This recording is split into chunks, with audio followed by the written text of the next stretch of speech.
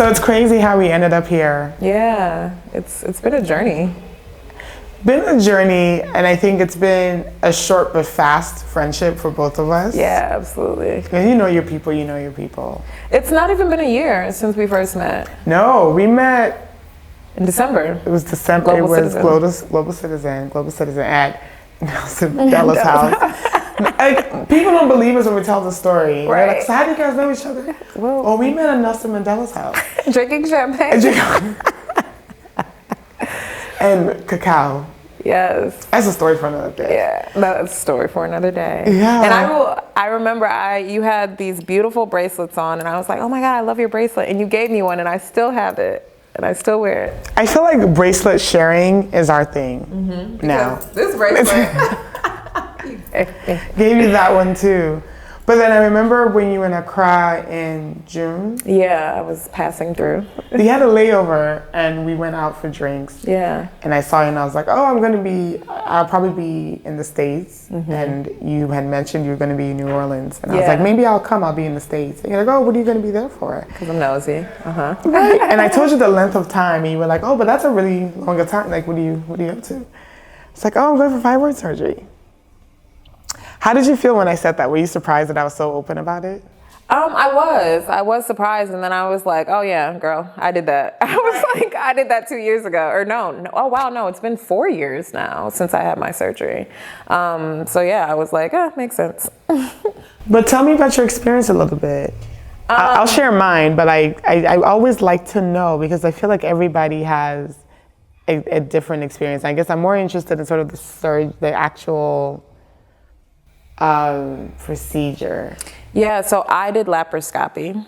So it was minimally invasive, although my belly button and stomach will never look the same. It was minimally invasive. And so it's funny because a lot of women don't talk about it, but when I hear other people are having surgery, and I think I did this with you when we had the discussion in New Orleans after I was here in Ghana, telling you, make sure you get a second opinion because you told me you were getting cut open. I said, like, you got to go and make sure because obviously the last thing you want is to be cut completely open.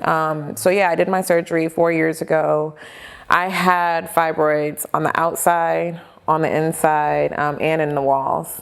And so they took out what they could, but they had to leave some, otherwise my uterus would have been no more.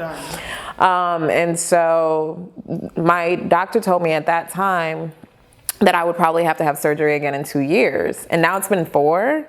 And I know I definitely need surgery again, but I've been busy. But yeah, like I'm back to having more problems, but obviously now I know exactly what it is. Yeah. Whereas before I had no idea what was going on. I think for me, what kind of shocked me through my process it wasn't shocking, but it was shocking. It was shocking because with the frequency and how common it is amongst women of African descent, nobody's talking about it in a way that I feel really packs the punch. And just think about how much information or how much we're told consistently to get checked for breast cancer. But throughout my entire gynecological life, nobody ever asked me. And you know what's funny? I've been anemic my entire for so long. And not a single healthcare professional, whether African, whether American, whether Black or not, ever said, you're a Black woman, the pathology is high, the risk is high, the likelihood is high. Do you want to get screened early for fibroids? Because I feel like everybody who I've spoken to has every Black woman I spoke to has had a fibroid story. Right. But you know what? I think it goes back to period shame, right? Yeah. Because we don't talk about our periods. We never say, well, how many tampons do you use? Are you using light, regular, heavy, super plus like I'm using? Ultra. Okay, Ultra, yes, Kotex Ultra. We never have those conversations. Or I've never asked someone, have cramps from your period made you vomit? Because mine do. Wow. Or for me, women are superheroes. So I've sat in plenty of meetings feeling like my uterus is attacking me, but I'm sitting there still having a conversation. And even if I'm in a room with only women, I'll never tell them, guys, forgive me, like I'm on my period. Yeah. I was in New York recently and I was in a meeting and, you know, I'm sitting there and I'm squirming and I'm like trying to continue the meeting. And eventually I'm like, I have to go to the bathroom, and I had an accident. And it's something, even though I was only with women, I didn't come back and tell them what happened. I'd been gone for a while. But because the way we shame periods, even though nearly 50% of the world's population is female and has a period, we still can't even talk to other women about it. You know, you see people who take their tampons to the bathroom and they don't want anyone to see it. Like, right. It's wild to me. And I think that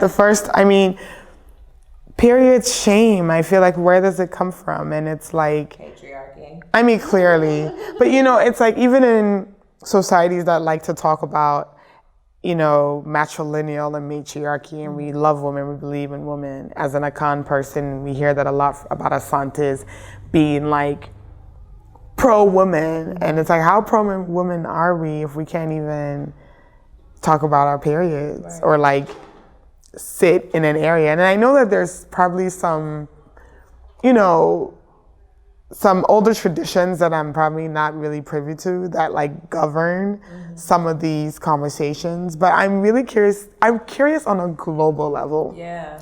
Like where this comes from. What are the customs and traditions that have ingrained in us this idea that we need to hide that part of ourselves from other women? I don't think it's okay, but I can almost understand hiding it from men.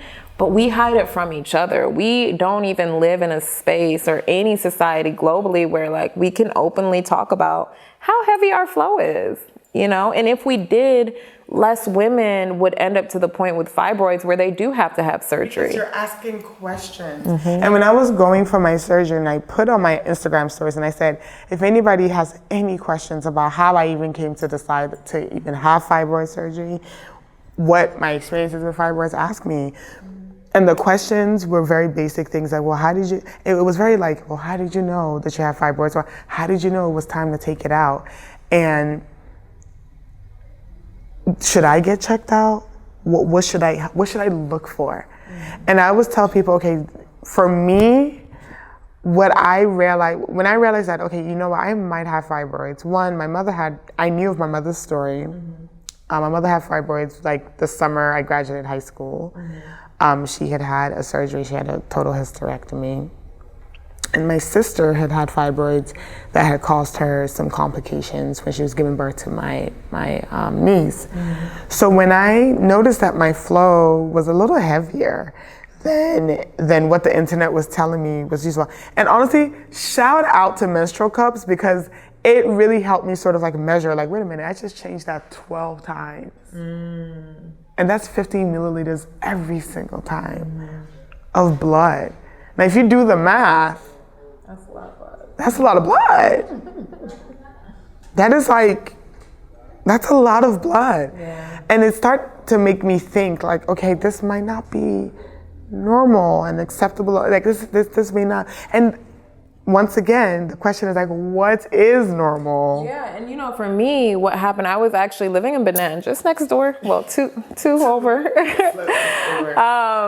And my period wouldn't stop. I was on like day 10 of heavy bleeding, and I'm like, what is going on?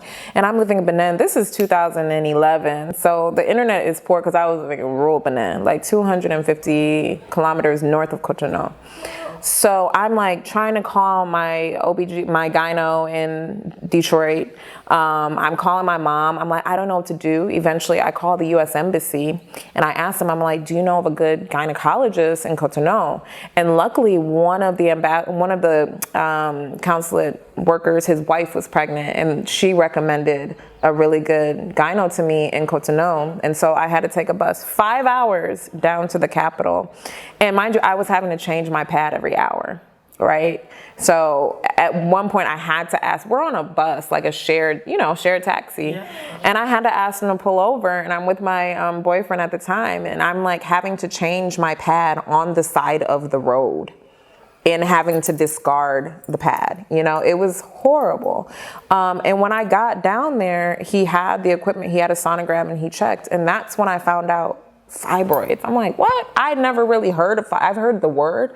I didn't know anything about it. So for me, it was that I was bleeding for more than 10 days. And that's when I was like, there is something really, really wrong here. And with everybody that I talk to, the way they find out about fibroids is always catastrophic. Yep. And for me, I'm just like, is there any way that we can find out about our fibroid situation before it has to be a catastrophe? Right. And like, that's what I really want to get to the heart. Yeah. That's the heart of the matter for me, is that how do we able to say, oh, I think I might have fibroids, or I need to get checked for fibroids before that miscarriage, before that like 10 days of bleeding, before that time that you passed out from bleeding too much, or before the time in my mother's case where her hemoglobin level, her iron level, you know, her blood level got so low that she was at risk. She passed out, and she was at risk of a heart attack because she literally had no blood in her. Why does it always have to be catastrophic before it's an issue? I just feel like, why do Black bodies have to go through this? And I understand it's not only Black women have it, but the numbers are staggering, right? Yeah. And I think to your point, like, and the thing is, we don't even know what the real numbers are, right? There's not a lot of research happening in the space of fibroids because it's mostly Black women that are suffering. And to your point about screening, we screen for breast cancer. Black women need to be screened for fibroids starting around 21. Because most of the people I know who've had issues, it comes in somewhere in their late 20s. The catastrophes are happening. Usually, I think, from what I've just casual conversation, no research, but it seems that most people are being affected like in their late 20s, early 30s. So if we could get like screening before the age of 25, we can stop those catastrophes from happening. That's the way I see it, because what I really want from this, Jessica, like what I really want to see is that I'm not just interested in awareness. I'm not interested in thoughts and prayers. That's not what this is about. That's not what this is about. I want to see systemic change in how we regard issues that predominantly exist, you know, in our community. I want to see a change in the disease prognosis of fibroids. I want to see a change in how we approach the pathology of fibroids, right? That will take a lot of work, including destigmatization of periods, as you've mentioned. But I want to go to a doctor who will say, have you gotten your breast cancer screening? But also, because you are a Black woman in her early 30s, I'm going to ask you if your mother, just like they ask you, has your mother, your auntie, your sister ever had breast cancer? They should ask a Black woman, has your mother, your auntie, your sister ever had fibroids? Do you know? Do you know? Because then we're sensitized to breast cancer. Even though I'm not saying Black women don't get breast cancer, but I am saying that our pathology lies in fibroids. In America, it's 8 out of 10. Wow. Here in Ghana, here in West Africa, it's more like 9 out of 10. So it's basically almost, it's rising. And the less attention we give to it, the less research that goes into it, let me tell you something, the more it's going to get to 100%. And we've already seen the data. We've already seen that Black women are more likely to die in hospitals we have the highest maternal mortality and infant mortality and morbidity. I can't help but feel like these issues, fibroids specifically, and to some extent, you know, and the other stuff, the endometriosis, the PCOS, all these other things, you can't tell me that's not connected. The number of people who did not know they have fibroids till they got pregnant. I'm one of them. You know what I mean? And so many people I know in my community who did not know till they got pregnant. Some didn't even know till they were like delivering and they almost bleed out and have to do with emergency hysterectomy just to save their lives and their child's life. It doesn't have to become a catastrophe before it's dealt with, you know? And I want to see that systemic change of, in the gynecological space, how we ask questions about our bodies. And I want Black women to take back that agency. And from the age of 21, start asking, I want to be screened for fibroids. I have a family history. Ask about your family history and do it. Given the numbers, you don't even have to ask for your family history. ask for the screening. If a doctor says no, ask them to document the refusal. Yeah. And it's so easy. It's a sonogram. It's so easy. It's so easy. Like, it Oh my doesn't take God. a long time. It's just bloop, bloop, measure. We good to go here. It's so easy. Because for me, so after the incident in Benin, they prescribed some hormones. I don't remember which ones. Yeah. And it shrunk them. It stopped my period. It shrunk the fibroids, and I was good. But then I was living in Rome, so this was maybe 2 years later, and I remember waking up in the middle of the night, and I was like, did someone get murdered? What's going on here? Oh, it's me, you know? And that's when I realized I had another issue. Like, the fibroids had come back because there was no maintenance, right? And that was on me. I wasn't going to see a doctor regularly. And so, it became a problem again. And again, I was able to go to the doctor and do hormone therapy to shrink them. Me, being the reckless person that I am. 3 years later, it rears its ugly head again because I have super heavy periods with really, really big blood clots. Now I was living back in the US and I went to a gynecologist and they told me, like, you have to have surgery to get these removed. I'm like, oh, no, you can give me hormone therapy. They were like, no, we can't. You're too far gone. No more. And so had I taken better care of myself and gone to see doctors on a regular basis, I could have never had surgery. My stomach would still be looking amazing as it used to look. But I feel like this touches on the shortcomings of the medical community. Where is the disease management? Yeah, because they didn't tell me, like, okay, my surgeon did. Like, he was like, in 2 years, you're going to need to have surgery again, so you might want to, have a kid.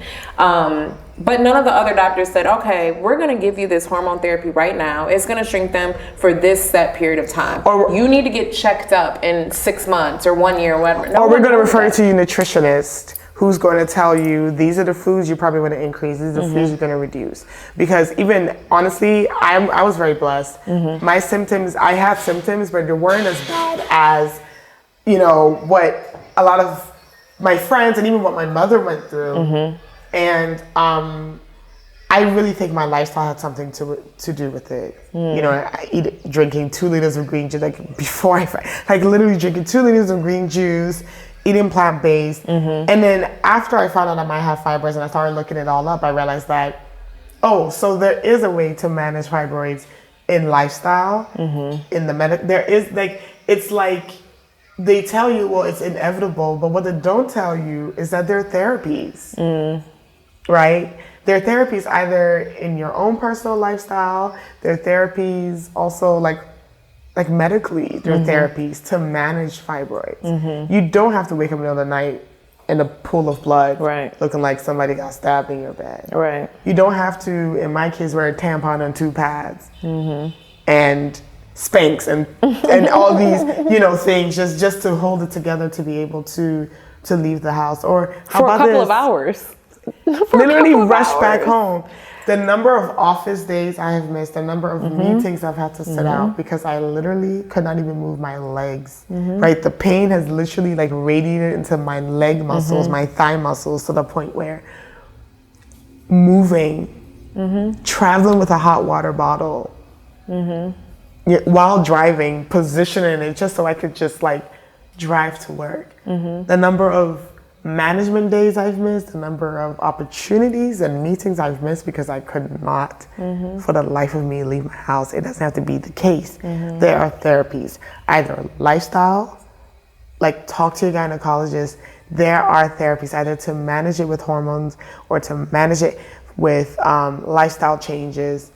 But once again, the research is not as robust. The research is not as robust. There's therapies for all these things, and for me, that's the struggle. When I first found out I have fibroids, the lady who found it, and I think I was even more angry at the fact that she was a woman. Oh, it's okay. I mean, Black women, we all have it. I felt like if somebody tells me this again, it was always somebody from the medical community saying it. I said, if somebody says this to me again, I'm literally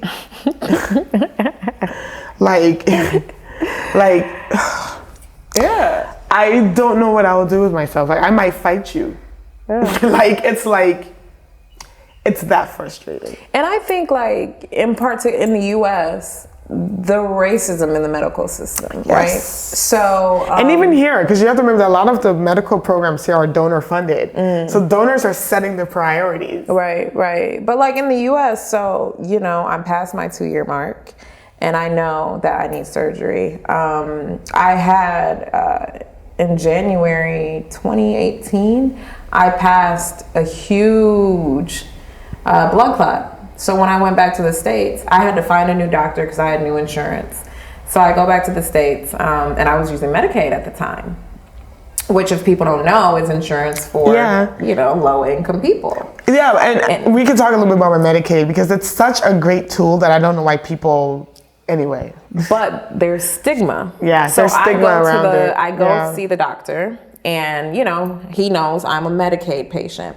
So I'm like, hey, this is a situation. I had this surgery here. Here's a picture of the blood clot. I know that I still had fibroids. I'm sure that I need surgery, but I need you to measure them and figure it all out. He's like, whoa, no, we don't need to do all of that. And I'm like, no, I know we need to do these things. And I found myself, you know, dropping the fact that I used to work for a pharmaceutical company, mentioning the fact that I went to London School of Economics because I knew how this doctor was perceiving me, you know? And so I felt like I had to say these things to sort of, you know what I mean? To make him feel like, oh, I'm not, you know, whatever. Yeah, I'm exactly to prove to him that I was somehow worthy of real medical attention. And, you know, in the end, he was like, once the all the tests came back, he's like, oh, you're fine. No, I'm not fine.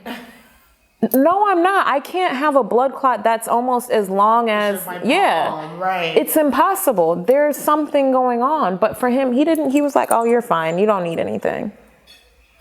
And like, because as for Black women in the American medical system, people don't care about us. And so now that was probably like 8 months ago. Again, I will take the fault of not having gone to see another doctor yet. I've been busy.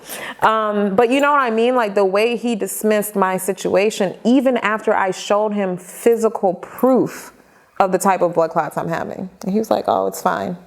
I imagine if this is also a conversation about medical tourism, like maybe African doctors need to position ourselves for Black women all over the world.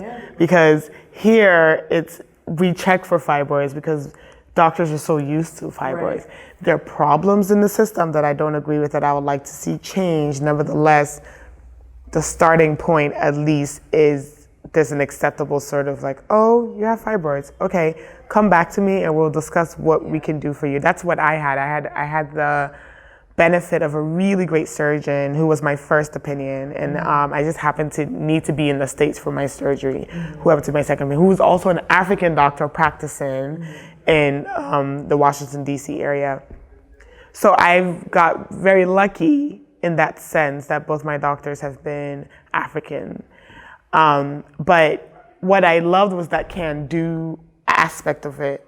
I could not take this. And that was the first thing I said. I said, if I think I have fibroids, there's no way I'm not going to a doctor who's not African or at least Black who has seen these issues. And by God's grace, I've had the pleasure of having two very great, well-decorated surgeons who are both African. And so my experience was, besides the first lady who was, in my opinion, very flippant, my experience was that I had two surgeons, African, who understood the problem, weren't dismissive of what I was going through, and it was kind of like rooting for me. Oh, we can totally take care of it, but this is what we need to do. And they both gave me the same exact opinion. Like, because I was like, oh, you don't need to do that. We can do a little, you know what I'm saying? Like, we just, like, you know, like a little, we just, it doesn't, because the people around me who had had fibroid surgery had gone laparoscopically. And so for me, I was like, I'm going to have a minimally invasive situation. And so I went to the doctors and they were like, no, girl. Because my fibroids were outside, like behind the uterus, inside, like literally where my fallopian tube meets like the uterine sort of like opening, and a few in the lining. So they took out 6. They took out 6 of the most problematic ones, and they left the really, really small ones. because he said that essentially if he took everything out, I would be left with nothing. A raggedy uterus. Raggedy uterus. Babe, I was gonna say porous, but raggedy's cute. And being that I recently got married, they asked all the questions. You just got married. Do you want kids?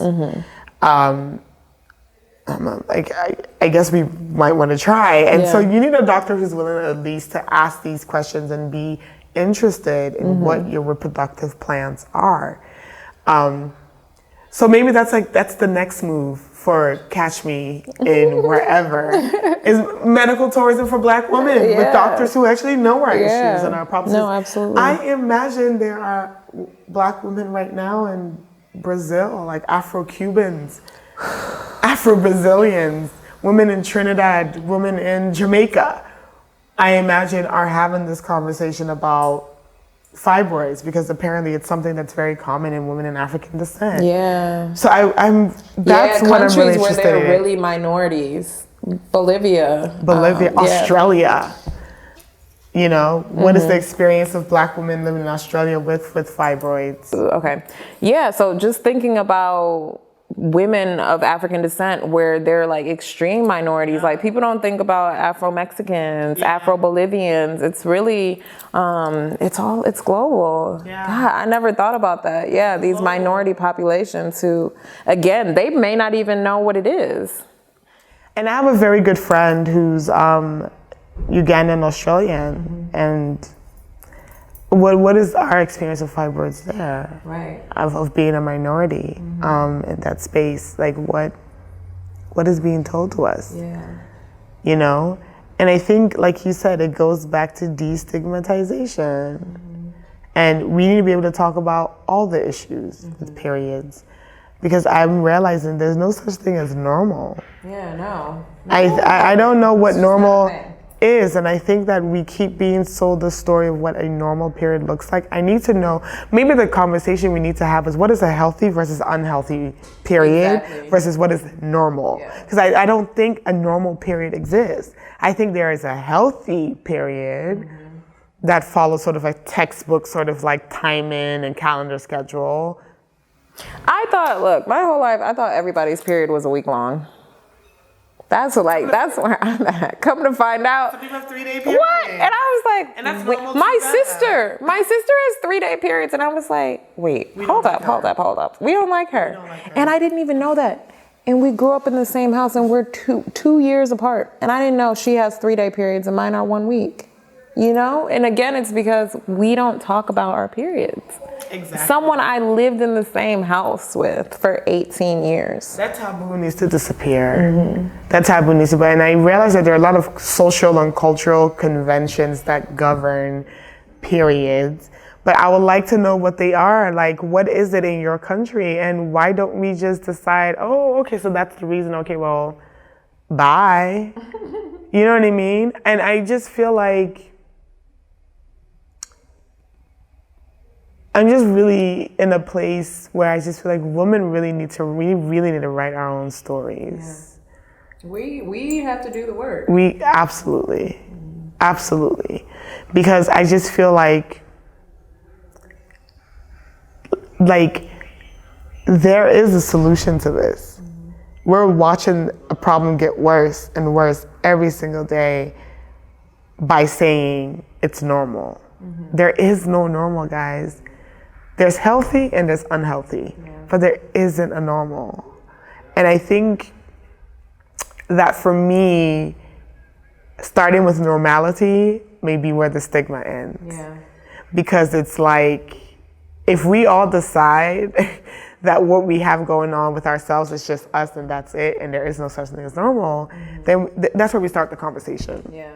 So we don't come to the table with any expectations on our bodies. Yeah, I think that's what it is. It's interesting because I did a post on menstruating while traveling.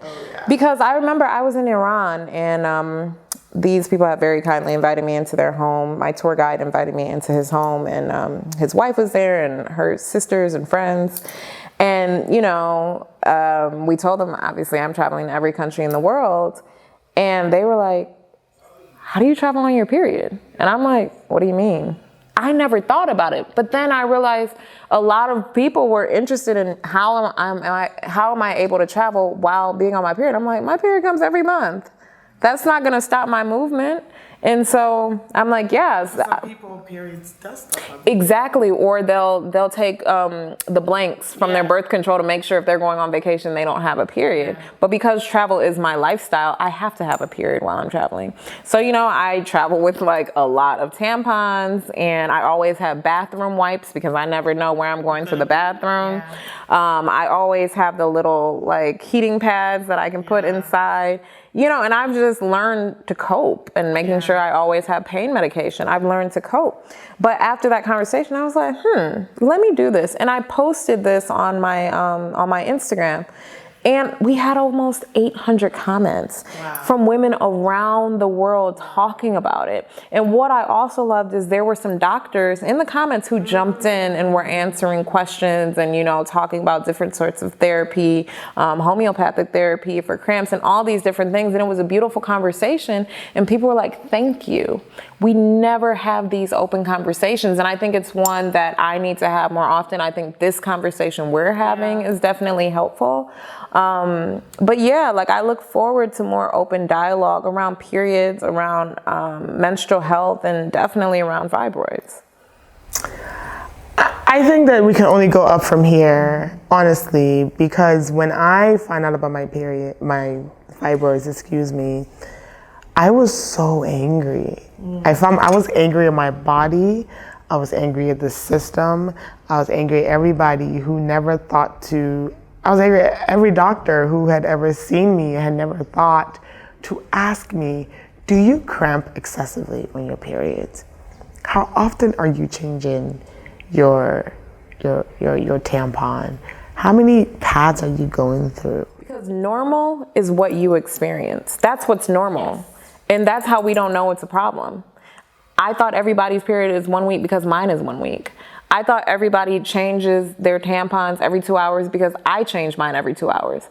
I didn't even know I had a heavy period for years because all I know is my period, and I think I'm a normal person, so this is what normal is. I didn't know. And I feel like we're taught that whatever we have, we just need to manage it. Mm-hmm. Absolutely. I feel like as women, especially as a Black woman, as African women, there's just the expectation that whatever you have, whatever you're given, you just manage it. Whether it makes you unhappy, uncomfortable, whatever it is, you don't speak about the things that produce unhappiness in your life. You're supposed to eat it. You're supposed to make it magical. Mm-hmm. And I'll be honest with you, sometimes I'm frustrated by that rhetoric of women are superheroes, women are magical, because I feel like we are, but I hope we can turn that around, not to mean that because we're magical, I should be beat up on, or because I'm magical, I should have to endure things that nobody should have to endure. Right. I hope the rhetoric about us being magical is about us being recognized for what we do, but not being expected to suffer through and accept it. Because I think that is what is making full-time medical professionals say something like, oh, but you know, she literally said this to me, but all African women were suffering with this thing. No, we don't have to. Right. We don't have to, right? We can do early detection. There are therapies for this, whether it's lifestyle, whether it's medical, whether it's preventative. The point is there are ways to approach this. Mm-hmm. And if those ways don't exist yet, there are ways to start talking about how we approach it. Through conversation, through research, needs to be more robust, through policy change, it can all be done. And I just feel like, why are we just allowing it to happen? You know, and I have, there's you know, even in my own family's history, my mother has had sisters or aunts who, sisters and cousins, who I guess would be my aunts, who've like, they had 4 kids, they had 5 kids, and they told them they shouldn't have any more kids. So it was after I got my fibroids situation, and I thought about my one particular aunt who died way before I was born. She had had 5 kids. I think she went for her 6th, and the doctors had told her not to have another baby. She went for her 6th. died during, she and the baby died during childbirth. All we know is she died during childbirth. No conversation around, granted this was in the 80s, there was no conversation around, well, how did it happen? Was it fibroids? I mean, looking at my mom's history, my sister's history, my own history, it could have been something as simple as she had fibroids and just bled out. Yeah. But nobody knows. All Right. we know is she died during childbirth. Right. We don't know the conditions. We don't know if it was fibroids. We don't know if it was PCOS. We don't know Right. what made her bleed out. All we know is she bled out. And it happens all the time because we know, again, that African women are suffering maternal mortality at much higher rates. And no one is asking why. Why are we? They just report. Right, because we're poor and they die during childbirth. That's it. That's it. Cause of death, childbirth. Childbirth. How is childbirth a cause of birth? Excuse me. Childbirth is sort of maybe the process you went through, but really the real condition. It's the condition. Yeah, there's something there. Yeah. We put childbirth as a cause of death. Childbirth is not the cause of death. Yeah. How is that even? I mean, but like how like. Yeah, because no one cares enough to figure out the why. Or a lot of these women, it's happening So much. in rural areas. When I was living in Benin, there was a woman who gave birth and she was hemorrhaging.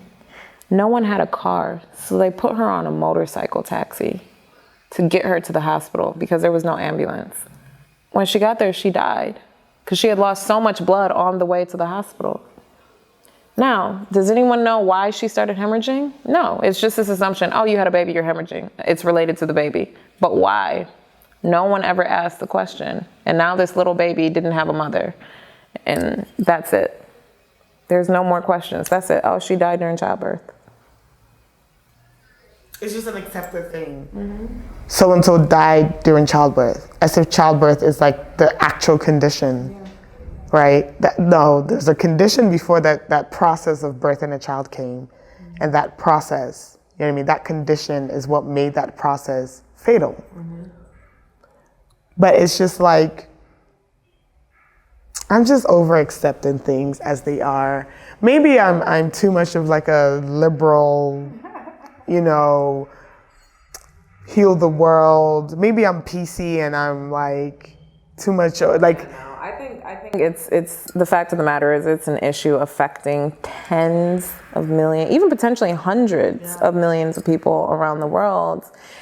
And it's just not being talked about. There are 1 billion people in Africa alone. Right. So let's call that 500 million women. Let's just think about it. Or at least period aged from when you start your period around 11, 12 or whatever it is up until menopause. Which apparently I don't know, my family stays very fertile. I don't know what is the normal age for it. People have babies like 49. So let's just say from about 12, 13, 14 to almost 50. That's the number of people who could potentially... Hundreds of millions of women. Because that's just on this continent. That's just this continent. And the numbers are 9 out of 10 for us. On this continent. We're not even counting the women in South America, the Caribbean. Right. First Europe. in Europe. North America, the US, Canada. Canada. We're not thinking about, on this continent alone, hundreds of millions of women Yeah. need to be screened. So you take that around the world, the numbers are, you know, it's incredible. So no, I don't think it's about being PC and wanting to heal the world. It's about addressing an issue that is affecting potentially hundreds of millions of people. You know, it's not a million. It's not 5. This is hundreds of millions of women that are potentially affected by this. And when we say potentially, the odds is not 3 out of 10 or 2 out of 10. We're talking 9 out of 10. 9 in 10. It's a public health crisis. It is a global crisis. Global public health crisis. It's a global public health crisis, right? And if I could do my MPH over, I would have focused on this. Yeah. You know, I would have focused on this particular issue. It's sort of like the European, it's like, I think there's a European, I don't know if it's even a word, the Europeanization. Yes, it's a word now. Right, of like global healthcare systems. where even women we have our own culture around medicine, our own pathologies that disproportionately affect us, we are still being encouraged to check things that are more prevalent in white women. And this is no disrespect to causes that really do affect, because I think, yes, if it affects any woman, it's terrible. But can we be intersectional in this space and say, I'm here for breast cancer awareness, and I'm not trying to come for breast cancer, I'm just saying I'm here for that. But there are issues that affect my community at a much higher rate, and I want to put attention to that on a global scale.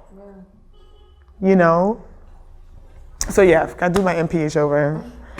We're gonna need you to do that. Right, I mean, anybody want to pay for my PhD? Okay, we can do this and go back, we can work it out.